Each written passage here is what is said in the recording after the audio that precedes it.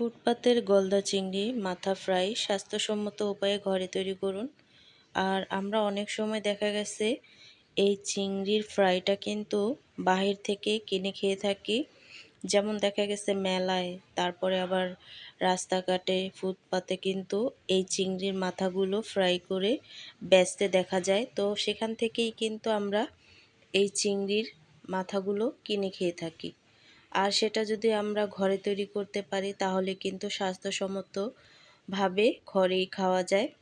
তো একটু সময় লাগলেও কিন্তু কষ্ট করলে অনেক সহজভাবে ছোট থেকে বড় সবাই অনেক পছন্দ করে এই চিংড়ির মাথাটা যদি আমরা ঘরে তৈরি করতে পারি। তো গাইস, আজকে আমি তৈরি করব এই গলদা চিংড়ির মাথার ফ্রাই রেসিপি। হাই গাইস, আসসালামু আলাইকুম, welcome back to my channel. কেমন আছো?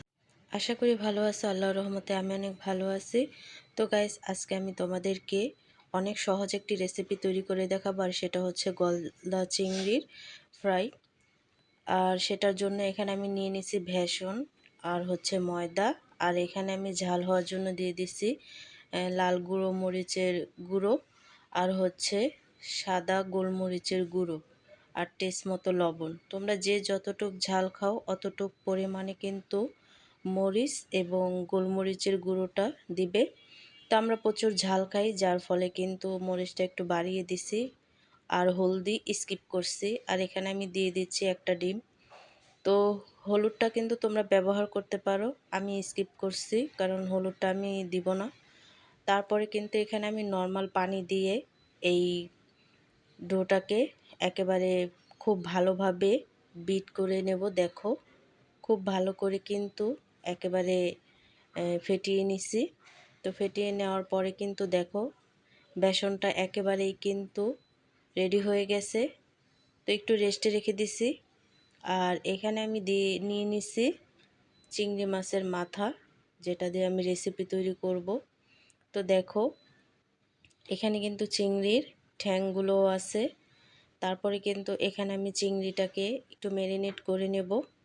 দিয়ে দেব স্বাদ মতো লবণ, আর দিয়ে দেব মরিচের গুঁড়ো, লাল মরিচের গুঁড়োটা, আর দিয়ে দেব সাদা গোলমরিচের গুঁড়ো। আমি কিন্তু প্রচুর ঝাল খাই, যার জন্য কিন্তু একটু ঝালটা বাড়িয়ে দিচ্ছি। আর এখানে দিয়ে দিচ্ছি আদা রসুনের পেস্ট। তো সবগুলো উপকরণ দেওয়ার পরে কিন্তু খুব ভালো করে হাতে আমি খুব ভালো করে মেখে নেব। তো মেখে নিয়ে সম্পূর্ণ মাথাগুলোকে একেবারে মশলা যাতে প্রত্যেকটায় লেগে যায় সেই রকম করে কিন্তু আমি হাত দিয়ে মেখে নেব। তারপরে কিন্তু আমি এখানে ভাজতে চলে আসছি। পর্যাপ্ত পরিমাণের তেল গরম বসাইছি, তেলটা অলরেডি গরম হয়ে গেছে। তো ব্যাটারটার মাঝে আমি চিংড়ির মাথাগুলোকে চুবিয়ে চুবিয়ে তারপরে কিন্তু তেলে ছেড়ে দেব। তো দেখো, আস্তে আস্তে করে কিন্তু এখানে আমি চিংড়ির মাথাটাকে তেলে ছেড়ে দেব। তো দেখো, ছেড়ে দেওয়ার পরে কিন্তু একেবারে লাল করে মুচমুচা করে আমি ভেজে উঠাইছি। দেখো, একেবারে লাল লাল করে ভেজে তোলার পরে কিন্তু দেখো সম্পূর্ণ মাথাগুলো আমি ভেজে নিছি। তো ভাজার পরে দেখো একেবারেই কিন্তু অনেকটা লোভনীয় হয়েছে। আর এমন যদি ঘরে তৈরি করা যায়, কে না খেতে চায় বলো? তো আমরা তো সব সময় বাইরের থেকে কিনে খেয়ে থাকি, আর একটু কষ্ট করলেই কিন্তু আমরা এই চিংড়ির ফ্রাইগুলো ঘরেই তৈরি করতে পারি। আর ছোট থেকে বড় সবাই অনেক পছন্দ করবে, যেহেতু শীতকাল। তো একেবারে সবগুলো রেসিপির আর কি আমি তৈরি করে নিয়েছি, দেখতেই পাচ্ছ কেমন হয়েছে, একেবারে মোচমোচা।